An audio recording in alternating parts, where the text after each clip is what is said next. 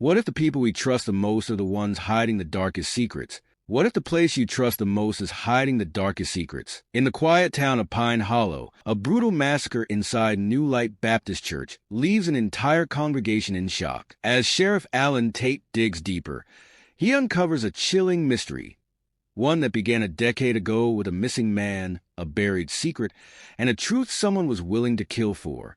Who do you trust when even your faith is a lie? If you love gripping true crime thrillers, don't forget to like, subscribe, and turn on notifications for more haunting stories that will keep you on the edge of your seat. It was a crisp autumn morning in Pine Hollow, Mississippi, the kind that smelled of damp earth and burning firewood. The congregation of New Light Baptist Church had gathered, as they always did, for Sunday service. Men in pressed suits and women in their finest dresses filled the wooden pews, their voices lifting in unison as the choir sang hymns about salvation and grace. At the pulpit, Pastor Jeremiah Crowder stood tall, his voice a rich baritone that commanded attention. Beside him sat his wife, Evelyn, the picture of devotion, with their 3 children, Michael, 17, Abigail, 14, and little Samuel, 9, seated in the front row. To Pine Hollow, they were more than a family. They were the town's moral compass. But by nightfall, the Crowder family would be dead, and the walls of New Light Baptist Church would be forever stained with blood. The crime scene was like something out of a nightmare. The once pristine chapel was now a grotesque display of violence. Blood pooled in the aisles, seeping into the cracks of the old wooden floors. The air, once filled with hymns and prayers, now carried the metallic stench of death. Sheriff Alan Tate, a hardened man who had seen his fair share of brutality, had to steady himself as he stepped inside. He had lived in Pine Hollow all his life, but nothing had prepared him for this. Pastor Crowder lay sprawled at the pulpit, his white robe soaked in red. Evelyn's body was draped across the organ, her arms still outstretched as if reaching for salvation. Michael and Abigail were found in the back pews, their hands still clasped together. And little Samuel, his body had been placed at the altar, his small hands folded in prayer. It was methodical, personal. This was not the work of an outsider. This was the work of someone who had been among them all along. And that meant one terrifying thing. Someone in Pine Hollow had betrayed the Crowders. Someone in the congregation was a killer. 2 days after the murders, the town was drowning in whispers. Every conversation at the diner, every murmured word at the grocery store. People wanted answers, but the sheriff had none. The Crowders had been adored. Who would do this? But then came the first crack in the illusion. Sheriff Tate sat in his office, staring at an old file the pastor had kept in his desk at home. It was labeled Confessions. Inside, dozens of handwritten notes revealed secrets from Pine Hollow's most respected citizens. Infidelities, stolen money, abuse, betrayal, and at the very top of the pile was a letter written just a week before the murders. I know what you did. If you don't confess, I will make sure the whole town knows. You can't hide behind God forever. The signature was smudged, the ink bleeding into the paper. But one thing was clear. Someone had been afraid of Pastor Crowder, afraid enough to kill. The first real suspect emerged on the 3rd day. Deacon Franklin Reeves had been a close friend of Pastor Crowder's for years. He had served beside him, prayed beside him, but he had also been the last person seen leaving the church the night before the murders. When Sheriff Tate brought him in for questioning, Franklin's hands trembled as he spoke. "I didn't do this, Alan," he whispered. "But I know something I should have told you sooner." The sheriff leaned in. "Then start talking." Franklin swallowed hard. 2 weeks ago, Jeremiah came to me. He said he found out something about someone in town. He wouldn't tell me who, just that it was dangerous knowledge. His voice dropped to a near whisper, and that if he exposed the truth, people would die. Sheriff Tate felt the weight of those words settle in his chest. Did he say what it was about? Franklin shook his head. No, just that it had to do with one of his sermons. Tate frowned. Which one? Franklin hesitated, then closed his eyes as if the answer burned him. The one about wolves in sheep's clothing. Sheriff Tate pulled up the last sermon Pastor Crowder had preached, replaying the recorded service on his office computer.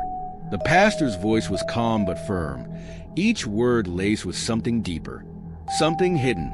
Beware of those who smile in the light but live in the dark. Beware of those who call themselves righteous but sin behind closed doors. For the Lord sees all, and so do I. There it was, a warning. Pastor Crowder had known something, and someone had made sure he never spoke again. Just then, the sheriff's phone rang. It was Deputy Sarah Coleman, her voice tense. "Sheriff, you need to come to the church." "Now, what is it?" "There's been a break-in." Tate grabbed his gun. Whoever had killed the Crowders wasn't finished. They were covering their tracks, and that meant the truth was even deadlier than he had feared. What if the person you feared the most was sitting right beside you? Sheriff Allen Tate's truck skidded to a stop outside New Light Baptist Church. The stained glass windows glowed under the moonlight, but the front doors had been left wide open, swinging gently in the breeze. Deputy Sarah Coleman was already inside, her flashlight sweeping across the pews. The back door was forced open, she said, her voice tight. Someone was looking for something. Tate's eyes scanned the altar. Just days ago, it had been drenched in blood. Now, it was eerily untouched, except for the pulpit. Papers were scattered everywhere, torn pages of the Bible littering the floor. Then, he saw it, a single envelope. It had been wedged into the pulpit, as if placed there deliberately. Tate picked it up, his fingers unsteady. Inside was a note, written in shaky, almost frantic handwriting. "The devil walks among you." There was no signature, no explanation, but Tate knew one thing for sure. The killer wasn't just covering their tracks. They were watching. In every murder investigation, there is one person who knows more than they're saying. For Sheriff Tate, that person was Evelyn Crowder's sister, Martha. She had arrived from Memphis after the murders, a woman cloaked in grief. But something about her mourning felt off. While the rest of Pine Hollow wept for the Crowders, Martha stayed quiet. Too quiet. Tate found her in the church's community hall, staring at a framed picture of her sister and Pastor Crowder. Her hands gripped the edges so tightly her knuckles had gone white. "Mrs. Hampton," Tate said gently, "I need to ask you some questions." Martha didn't turn around. "They're dead, Sheriff." "I know." "No, you don't." She finally faced him, her eyes rimmed red but dry. "You don't know what it's like to grow up with a man like Jeremiah Crowder." Tate frowned. "What are you saying?" She exhaled, her voice barely above a whisper.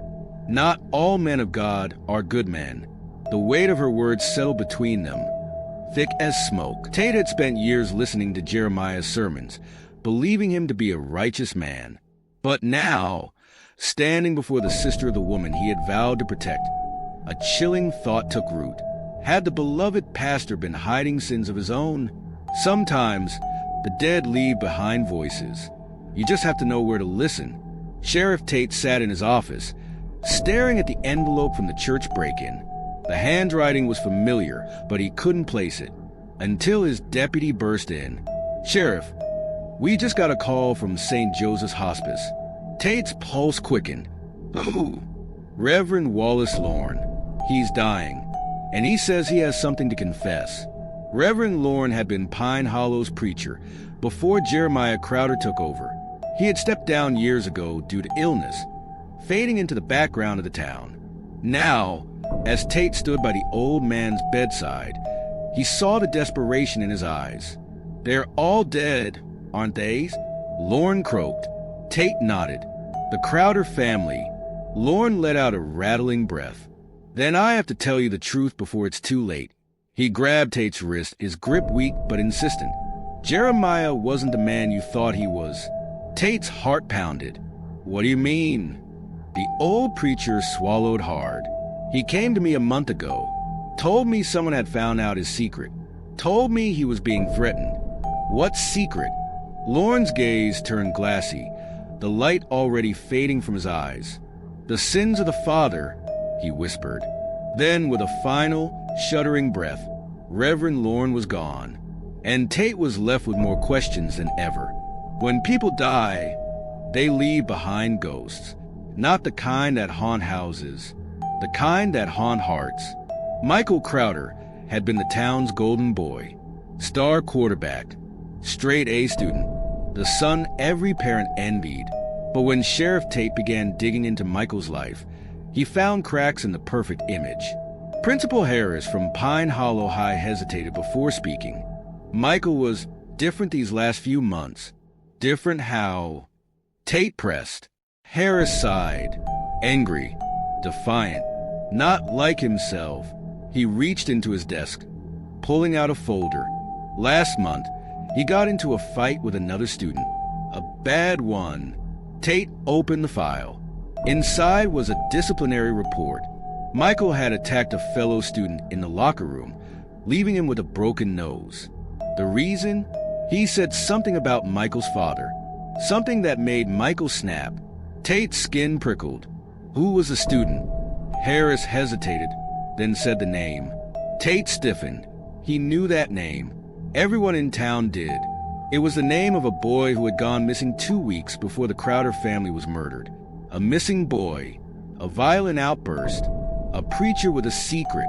The puzzle pieces were starting to align, and Tate didn't like the picture they painted. The boy's name was David Whitmore, 16 years old, vanished without a trace. His mother, Lydia Whitmore, had never stopped searching for him. When Tate arrived at her house, she answered the door with hollow eyes. Sheriff, her voice was raw. Did you find him? Tate hesitated. No, but I need to ask you something. Lydia stepped aside, ushering him in. The house was filled with photographs of David, smiling at the beach, holding a football trophy, a life frozen in time. Did your son ever mention Pastor Crowder? Tate asked carefully. Lydia flinched. It was subtle, barely noticeable, but it was there. She swallowed hard. Why? Because I think he knew something about the Crowders, and I think that's why he disappeared. Lydia's lip trembled. David used to go to the church, she whispered. He was always there. Until what? Tate urged. Lydia's voice dropped to a near whisper. Until he came home crying one night and told me he'd never set foot in that church again. A cold dread settled in Tate's gut. Something had happened in that church. Something bad enough to make David run. And someone had made sure he never spoke about it again. Some wounds never heal. Some questions never get answers. Sheriff Alan Tate sat across from Lydia Whitmore, watching the way she gripped her son's photograph. Her fingers trembled slightly, but her voice was steady. I should have done something, she whispered. I should have asked more questions that night. What did David tell you? Tate pressed. Lydia's eyes filled with something between grief and fear. He was scared, Sheriff. More scared than I'd ever seen him. He said, she took a deep breath. He said Pastor Crowder wasn't who he pretended to be. Tate's stomach turned. Did he say why? Lydia shook her head. No. I tried to get him to talk, but he just kept saying, I saw something I wasn't supposed to see. Tate felt the weight of those words settle on his chest. He leaned forward. Lydia, listen to me. Whatever David saw, whatever made him run, it got him killed. Lydia gasped, her hands flying to her mouth. Tate continued, his voice firm. And I need to know the truth before it kills someone else. Secrets can only stay buried for so long before they start clawing their way to the surface. The next day, Tate found himself back at New Light Baptist Church, retracing his steps through the crime scene. Bloodstains had been scrubbed from the floors, but the air still carried the memory of death. Something was wrong. The sheriff had a gut feeling, the kind that whispered in the back of your mind when danger was close. He wasn't sure what he was looking for until he saw the old church logbook. It sat on the desk in the pastor's office, filled with names and dates, a record of every person who had stepped foot in the church. Flipping through the pages, Tate's pulse quickened. A name appeared over and over again in the months before the murder. A name he didn't recognize. Daniel Whitmore. Tate's hands tightened on the book. Whitmore, the same last name as David. A cold realization washed over him. There had been another Whitmore at the church. Someone who had been coming there long before David went missing. But why had no one ever mentioned him? The past has a way of bleeding into the present, no matter how much we try to forget it. Tate found Lydia Whitmore in her kitchen, her face pale, when he showed her the church logbook. "Who is Daniel Whitmore?" he asked. Her breath hitched. "Where did you find that name?" "In the church records," Tate said. "He was there almost every week." "Who is he?" Lydia hesitated. Then, finally, she spoke. "My husband." Tate's mind raced. "David's father?" She nodded slowly, staring at the floor. Daniel was a troubled man. He had demons. She swallowed hard. When David was little, Daniel got involved with Pastor Crowder, said the church was helping him. But then one day, he just disappeared. Tate felt the weight of her words settle in his gut. "How long ago?" "Almost 10 years. Lydia's voice cracked. "I always thought he left us." But now, she met Tate's eyes, her expression haunted. "You think he was murdered, don't you?" Tate didn't answer, but in his mind, the pieces were falling into place. David had seen something about his father, and whatever it was, it had cost him his life. Some churches are built on faith. Others are built on graves. Tate stood in the backyard of New Light Baptist Church, staring at the stretch of land behind the building. It was quiet, untouched. Until now, Deputy Sarah Coleman adjusted her gloves. "You really think there's something buried here?" Tate nodded. "I do." An hour later, they found it. Buried beneath the earth, wrapped in rotting cloth, were bones. Old, brittle bones. Forensics would need to confirm it, but Tate already knew the truth. They had just found Daniel Whitmore, and someone had buried him right behind the church. Not all devils have horns. Some wear white collars and lead the faithful. Tate sat in his truck, staring at the church in the darkness. The wind howled through the trees, whispering secrets long buried. Daniel Whitmore had been murdered. David Whitmore had known the truth, and the Crowder family had been silenced to keep that truth from ever coming out. But by who? Tate's mind raced through the possibilities. Then he remembered something. Pastor Crowder's last sermon, the one about wolves in sheep's clothing. Had he known the truth about his own church? Had he been trying to warn them all? And most importantly, was the real killer still out there? What if the answers you're looking for are already looking for you? Sheriff Alan Tate didn't sleep that night. He sat at his desk, staring at the crime scene photos. The bones behind the church, the blood in the pews, the missing boy. Someone in Pine Hollow had been cleaning up their sins for a long time, and they weren't done yet. At exactly 2:14 a.m., Tate's phone buzzed. A text. "Unknown number. Stop digging. This isn't your fight." Tate's pulse spiked. He barely had time to process it before a loud thud echoed outside. He grabbed his gun and moved toward the front door. The porch was empty, except for a single object lying on the steps. A Bible. Tate picked it up slowly, dread curling in his stomach.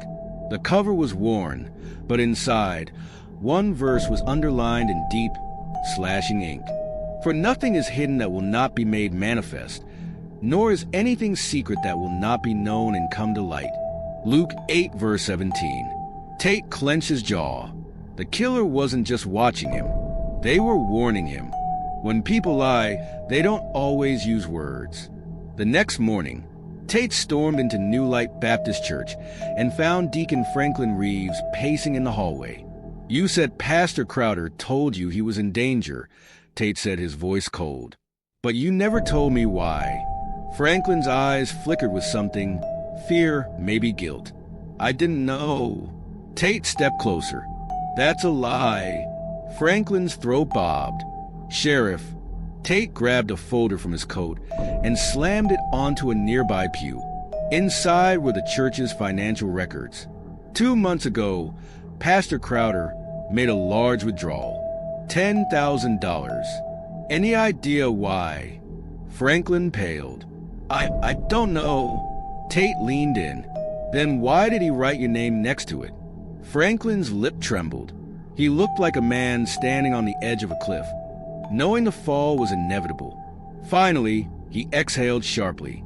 He was paying someone off. Tate's pulse quickened. Who? Franklin hesitated, then whispered a name that sent a cold shiver down Tate's spine. David Whitmore. Some confessions cleanse the soul, others drown it. David Whitmore had been blackmailing Pastor Crowder. Franklin revealed that David had come to the church one night, demanding money. He had told the pastor he knew what happened to his father. He knew the truth about the church, and if he didn't get paid, he'd make sure the whole town knew too. Tate's hands curled into fists. So Crowder paid him. Franklin nodded. Once. Then he told me he wouldn't do it again. And then... Franklin swallowed. And then David disappeared. Tate's mind spun. David had pushed too hard. He had cornered someone powerful. And that someone had made him disappear. The same way they had silenced the Crowder family. Tate exhaled, his voice like steel. Who else knew about this? Franklin hesitated, then whispered something Tate hadn't expected. His wife's sister. They say grief brings out the truth. But sometimes, grief is the perfect mask for a lie. Tate found Martha Crowder in the church's community hall, alone. She wore black, her veil still covering most of her face. I know about the money, Tate said. I know your late sister husband was paying off David Whitmore. Martha didn't flinch. I see. Tate stepped closer. What I don't know is whether you were part of it. Martha's lips curled slightly. You think I killed my own family? Tate didn't blink. I think you know who did. Martha sighed, then slowly lifted her veil. Her eyes, dark and unreadable, held something deeper. I begged him to stop, she whispered. Jeremiah thought he could fix it. He thought money would keep the truth buried. But the truth is like rot, Sheriff. It spreads, and eventually, it destroys everything. Tate's jaw clenched. What truth? Martha exhaled. Then she said the words that changed everything. Jeremiah didn't kill David Whitmore. Tate's breath caught. Martha's gaze locked onto his. But I know who did. Some churches pray for redemption. Others are built on damnation. Martha Crowder's voice was barely above a whisper as she spoke. David never stopped digging. He found out the truth. And he told someone. Tate's fingers twitched. Who? Martha's lips parted, but the sound of footsteps interrupted her. Tate spun, his hand flying to his gun. A shadow stood in the doorway. Deacon Franklin Reeves. His face was unreadable, but his hands weren't empty. A gun gleamed in the dim light. Tate's instinct screamed at him, but Franklin spoke first. I told him to stop, Franklin whispered. I told him to leave it alone. His voice broke, but he wouldn't. Martha's breath hitched. You... Franklin's hands trembled. David came to me that night. He told me he knew what happened to his father. He said he'd found his bones. His voice cracked. I panicked. Tate's grip tightened on his holster. So you killed him. Franklin nodded, his eyes hollow. I thought it was over. But then Jeremiah found out. He told me he was going to the police. His voice dropped. I couldn't let that happen. Tate exhaled slowly. So you killed them all. Franklin's lip trembled. I didn't mean to kill the kids. His voice cracked. But Abigail, she tried to run. And Michael, he fought back. Tears streaked his face. I had to finish it. I had to make sure no one ever found out. Tate's hand hovered over his gun. But they did, Franklin. His voice was cold. And now it's time to pay for it. Franklin let out a breath, almost like a prayer. Then he raised the gun to his own head. The shot rang out, echoing through the church. And just like that, the sins of Pine Hollow were finally laid to rest. In the weeks that followed, the truth spread like wildfire. Daniel Whitmore had been murdered 10 years ago, his body buried behind the church by Franklin Reeves. David had uncovered the truth, but paid the price for it. Pastor Crowder had tried to fix it, but he had underestimated the depth of Franklin's fear. In the end, the church stood empty, the congregation dispersed, and the echoes of the past faded into silence.